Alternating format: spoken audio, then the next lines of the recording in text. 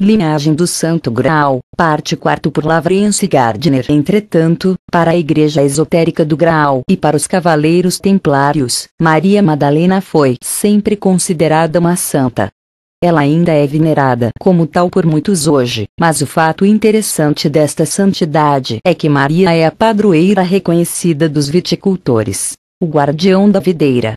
Portanto, ela é a guardiã da sagrada linha do Santo Graal. Há muito nos evangelhos que não presumimos estar lá porque nunca somos encorajados a olhar além de um nível superficial. No entanto, fomos ajudados muito neste sentido nos últimos anos pelos pergaminhos do Mar Morto e pela extraordinária pesquisa da teóloga australiana doutora Barbara Tering.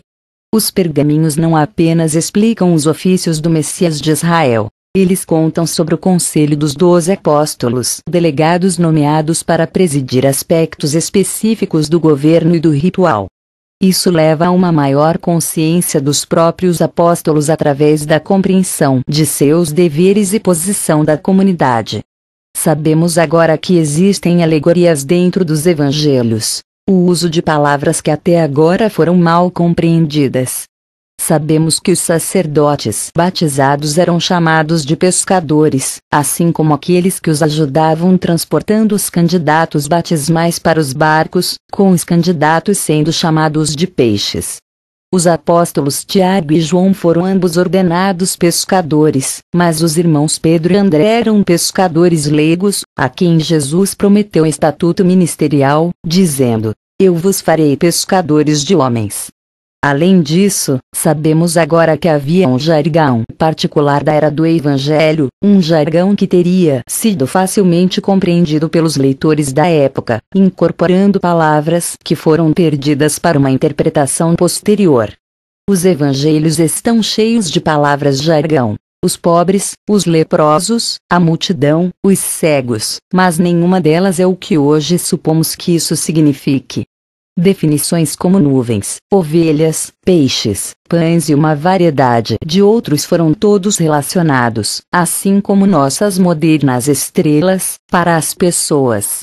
Quando os evangelhos foram escritos no século I, aconteceram em um ambiente controlado pelos romanos e seu conteúdo teve que ser disfarçado contra o escrutínio imperial. A informação era muitas vezes política, por isso estava codificada e velada. Onde tais seções relevantes aparecem, nós as vemos muitas vezes anunciadas pelas palavras, para aqueles com ouvidos para ouvir, para aqueles que entendem o código. Na prática, não era diferente da informação codificada transmitida entre membros de grupos oprimidos ao longo da história, como a documentação emitida pelos judeus dos últimos dias na Alemanha nas décadas de 1930 e 1940. Através do nosso conhecimento desta criptologia dos escribas, podemos agora determinar datas e locais com grande precisão. Podemos descobrir muitos significados ocultos nos evangelhos, na medida em que os próprios milagres assumem um novo contexto. Isso de forma alguma censura o fato de que Jesus poderia ter tido poderes especiais, mas os milagres do evangelho não eram em si mesmos eventos sobrenaturais. Eles ganharam destaque porque, na arena política prevalecente, eles foram ações sem precedentes que com êxito violaram a lei. Consideremos a água e o vinho em Canaã seguindo a história como é contada na Bíblia, em contraste com o seu retrato comum de púlpito. De todos os 4 evangelhos, só João registra a festa de casamento em Canaã, um evento que encarna o dito milagre da transformação da água e do vinho. Na verdade, se este era um milagre tão importante, como o ensino da Igreja promove, seria correto esperar que o relato aparecesse nos outros evangelhos também. Contudo, no contexto desta história, os cristãos são geralmente ensinados que ficaram sem vinho, embora o texto bíblico não diga isso. O que diz é: quando quiseram vinho, a mãe de Jesus disse: "Eles não têm vinho". Na prática, o vinho tomado em festas de noivado só estava disponível para sacerdotes e judeus celibatários, não para homens casados, noviços ou quaisquer outros que eram considerados não santificados. Eles foram autorizados apenas para tomar água, um ritual de purificação, como afirmado em João. Quando chegou a hora desse ritual, a mãe de Jesus, claramente não feliz com a discriminação e dirigindo a atenção de Jesus para os convidados não santificados, disse: eles não têm vinho. Ainda não tendo sido ungido para o status de Messias, Jesus respondeu: a minha hora ainda não chegou. Quando Maria reforçou a questão, e Jesus então desobedeceu à convenção, fornecendo vinho para todos. O governante da festa não fez qualquer comentário sobre qualquer milagre. Ele simplesmente expressou seu espanto que o vinho tinha aparecido naquela fase do processo. Muitas vezes foi sugerido que a festa em Canaã foi a cerimônia de casamento de Jesus, porque ele e sua mãe exibiram um direito de comando que não seria associado com convidados comuns. No entanto, este evento pode ser datado para o verão de AD 30, no mês equivalente ao nosso junho moderno. Os primeiros casamentos foram sempre realizados no mês de expiação, setembro moderno, e festas de noivado foram realizadas 3 meses antes disso. Nesse caso particular, descobrimos que a primeira unção marital de Jesus por Maria Madalena foi na expiação de 30 DC, 3 meses depois da cerimônia de Canaã, que parece ter sido sua própria festa de noivado. Aspectos dos evangelhos, embora nem sempre de acordo um com o outro, podem realmente ser seguidos fora da Bíblia. Mesmo o julgamento e a crucificação de Jesus são mencionados nos anais da Roma Imperial.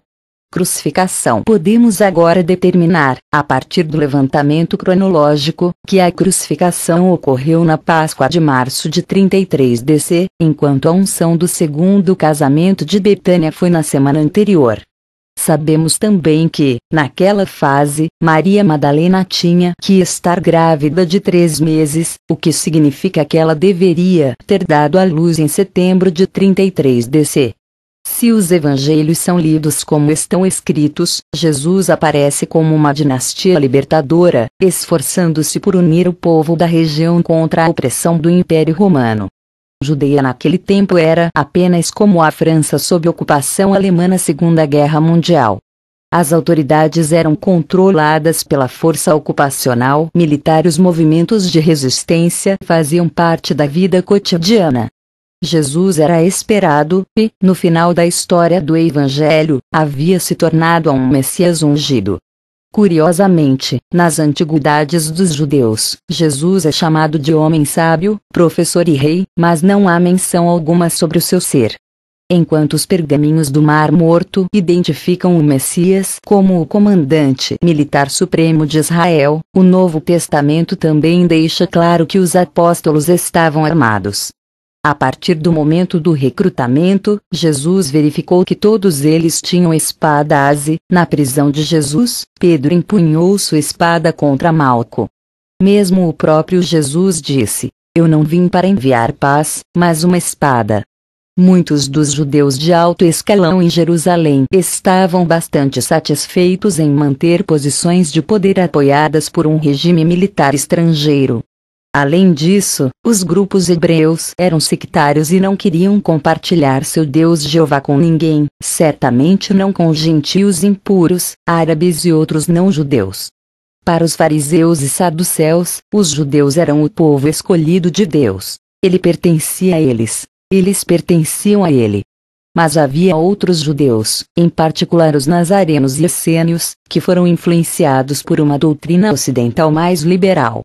No caso, a missão de Jesus fracassou porque a falha sectária era insuperável, e a fenda ainda está lá hoje. A condenação de Jesus foi pelo governador romano, Pôncio Pilatos, mas Jesus havia sido condenado e excomungado antes disso pelo conselho do Sinédrio dos anciãos judeus. Decidiu-se, no entanto, inventar uma punição segundo a qual Jesus seria condenado formalmente por Pilatos, por liderar insurreições contra si mesmo.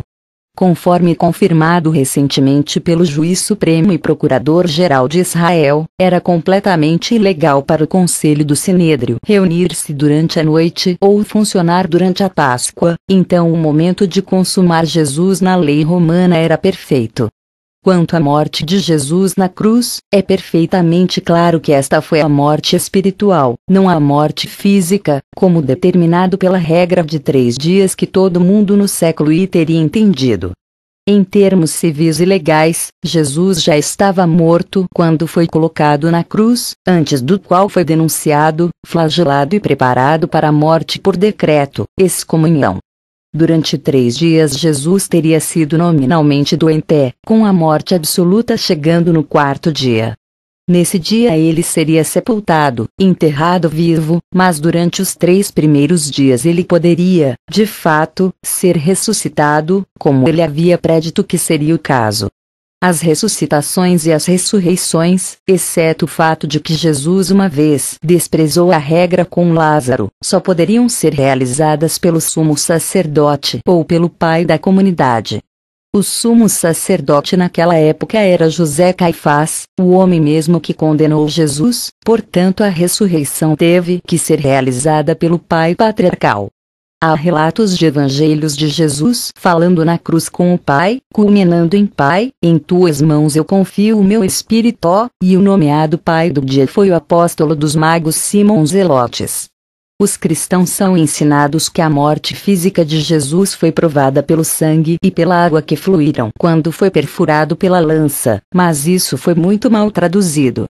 A palavra original não se traduz em perfurado, traduz-se a picado ou riscado.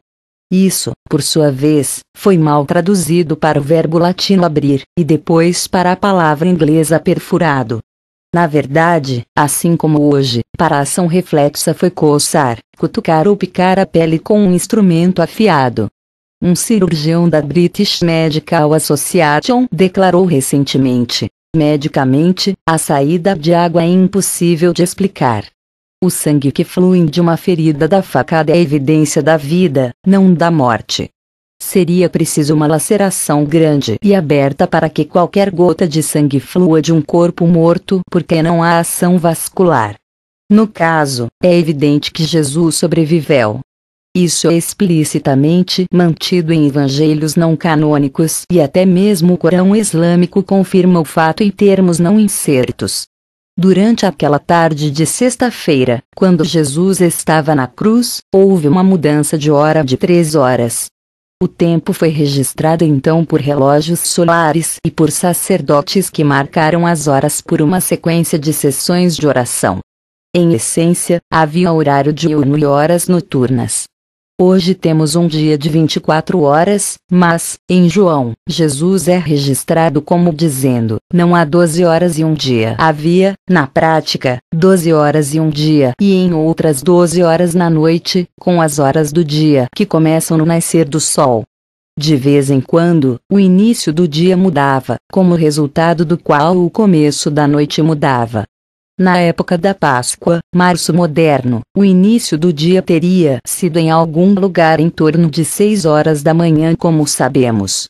Sabemos pelos evangelhos que José de Arimateia negociou com Pôncio Pilatos para que Jesus fosse removido da cruz depois de apenas algumas horas de enforcamento, mas os evangelhos não concordam realmente com o momento preciso dos acontecimentos. Isto é devido à mudança de noção do tempo, quando 3 horas desapareceram do dia, para serem substituídas por 3 horas noturnas, isto é, horas de luz do dia foram substituídas por horas de escuridão. Os evangelhos explicam que a terra caiu na escuridão por 3 horas, o que se relaciona com a nossa mudança de relógios para a economia de luz. No entanto, essas 3 horas foram o cerne de tudo que se seguiu. Os lunaristas hebreus fizeram a sua mudança durante o dia, mas os solaristas, dos quais os essênios e os magos eram facções, não fizeram a sua mudança até a meia-noite. Isso significa que, de acordo com o Evangelho de Marcos, que se refere ao tempo hebreu, Jesus foi crucificado na 3ª hora, mas em João, que usa o tempo solar, ele foi crucificado na 6ª hora. Naquela noite, os hebreus começaram o seu sábado às 9 horas, mas os essênios e sacerdotes magos ainda tinham 3 horas antes do sábado. Foram essas 3 horas extras que lhes permitiram trabalhar com Jesus durante um período de tempo em que outros não foram autorizados a realizar qualquer atividade física. E assim chegamos a um dos eventos mais incompreendidos na Bíblia, a Ascensão. E em consideração a isso, os nascimentos de Jesus e os 3 filhos de Maria Madalena tornam-se aparentes. Sabemos por cronologia do Evangelho que a união de Jesus no segundo casamento em Betânia, com Maria Madalena, foi na semana anterior à crucificação, na época da Páscoa de março.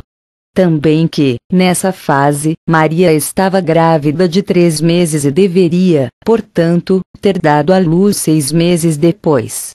Então, o que os evangelhos nos dizem sobre os eventos no mês de setembro de 33 DC? Na verdade, eles não nos dizem nada, mas a história é retomada nos Atos dos Apóstolos, que detalham para esse mês o evento que conhecemos como a Ascensão. Uma coisa que os Atos não fazem, no entanto, é chamar o evento de Ascensão. Esta era uma etiqueta estabelecida por meio de uma doutrina da Igreja Romana mais de 3 séculos mais tarde. O que o texto da Bíblia realmente diz é: e, havendo falado estas coisas, foi levado, e uma nuvem o recebeu fora de seus olhos. Continua, relatando que um homem de branco disse aos discípulos: por que estáis olhando para o céu? Este mesmo Jesus deve vir assim da maneira como você o viu ir. Então, um pouco mais tarde nos Atos, diz que o céu deve receber Jesus até o tempo da expiação. Dado que este era o mesmo mês em que o filho de Maria Madalena era para nascer, há talvez alguma conexão entre o confinamento de Maria e a chamada Ascensão. Certamente há, e a conexão é feita em virtude do dito tempo da expiação. Não só havia regras para governar a cerimônia do casamento de um herdeiro messiânico, mas também havia regras para governar o próprio casamento. As regras do casamento dinástico eram bastante diferentes da norma da família judaica, e pais messiânicos eram formalmente separados no nascimento de uma criança. Mesmo antes disso, a intimidade entre um marido e uma esposa dinásticos só era permitida em dezembro, de modo que os nascimentos de herdeiros caíssem sempre no mês de setembro, o mês da expiação, o mês mais sagrado do calendário. De fato, foi esta mesma regra que os próprios pais de Jesus, José e Maria, quebraram. E esta foi razão pela qual os judeus foram divididos em sua opinião sobre se Jesus era, de fato, o seu verdadeiro Messias. Quando uma criança dinástica era concebida no momento incorreto do ano, a mãe era geralmente colocada em custódia monástica para o nascimento, a fim de evitar o constrangimento público. Isto foi chamado de ser guardado em segredo e Mateus afirma claramente que, quando a gravidez de Maria foi descoberta, José, seu marido, sendo um homem justo e não querendo fazer dela um exemplo público, estava disposto a colocá-la em segredo. Nesse caso, a autorização especial para o nascimento foi concedida pelo sacerdote angelical Simeão, que naquela época tinha a distinção de Gabriel, sendo o arcanjo encarregado. Os manuscritos do Mar Morto descrevem que os arcanjos, ou principais embaixadores, eram os sacerdotes mais antigos de Qumran, que mantinham os tradicionais títulos do Antigo Testamento de Michael, Gabriel, Rafael, Sariel, etc. No caso de Jesus e Maria Madalena, no entanto, as regras do casamento tinham sido obedecidas à letra, e seu primeiro filho foi devidamente concebido em dezembro de 32 DC, para nascer em setembro de 33 DC. A partir do momento de um nascimento dinástico, os pais eram fisicamente separados, por 6 anos, se a criança era um menino, e por 3 anos se a criança era uma menina. O seu casamento só recomeçaria no tempo da expiação. Enquanto isso, a mãe e a criança entrariam no equivalente a um convento e o pai entraria no reino dos céus.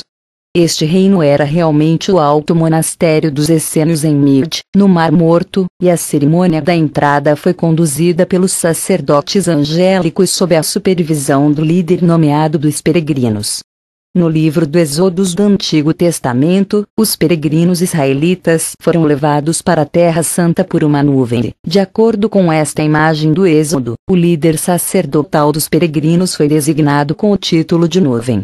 Assim, se agora lermos os versos de Atos como eles foram destinados a ser entendidos, vemos que Jesus foi levado pela nuvem, o líder dos peregrinos, para o reino dos céus, o alto mosteiro, com que o homem de branco, um sacerdote angélico, disse que Jesus retornaria no momento da expiação, quando seu casamento terreno foi restaurado.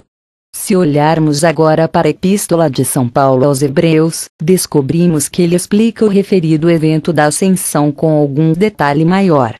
Paulo realmente conta como Jesus foi admitido no sacerdócio do céu quando ele realmente não tinha direito a um ofício tão sagrado.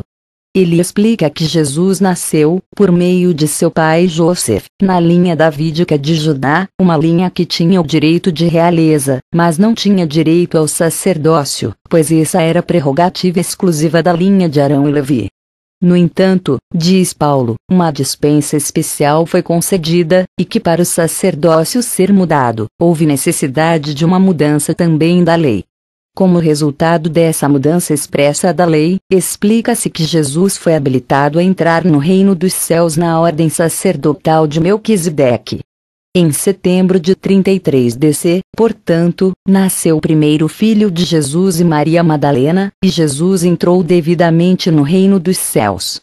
Não há nenhuma referência a esta criança que é um filho, como há para os dois nascimentos subsequentes, e, dado que Jesus retornou 3 anos mais tarde, no anúncio 36, nós sabemos que Maria deve ter tido uma filha nesta ocasião. Seguindo a cronologia em Atos, vemos que em setembro de 37 um segundo filho nasceu, seguido por outro em 44 DC. No período entre o primeiro destes dois nascimentos para a segunda expiação em 43 AD foi de 6 anos, o que demonstra que a criança nascida em 37 AD era um filho.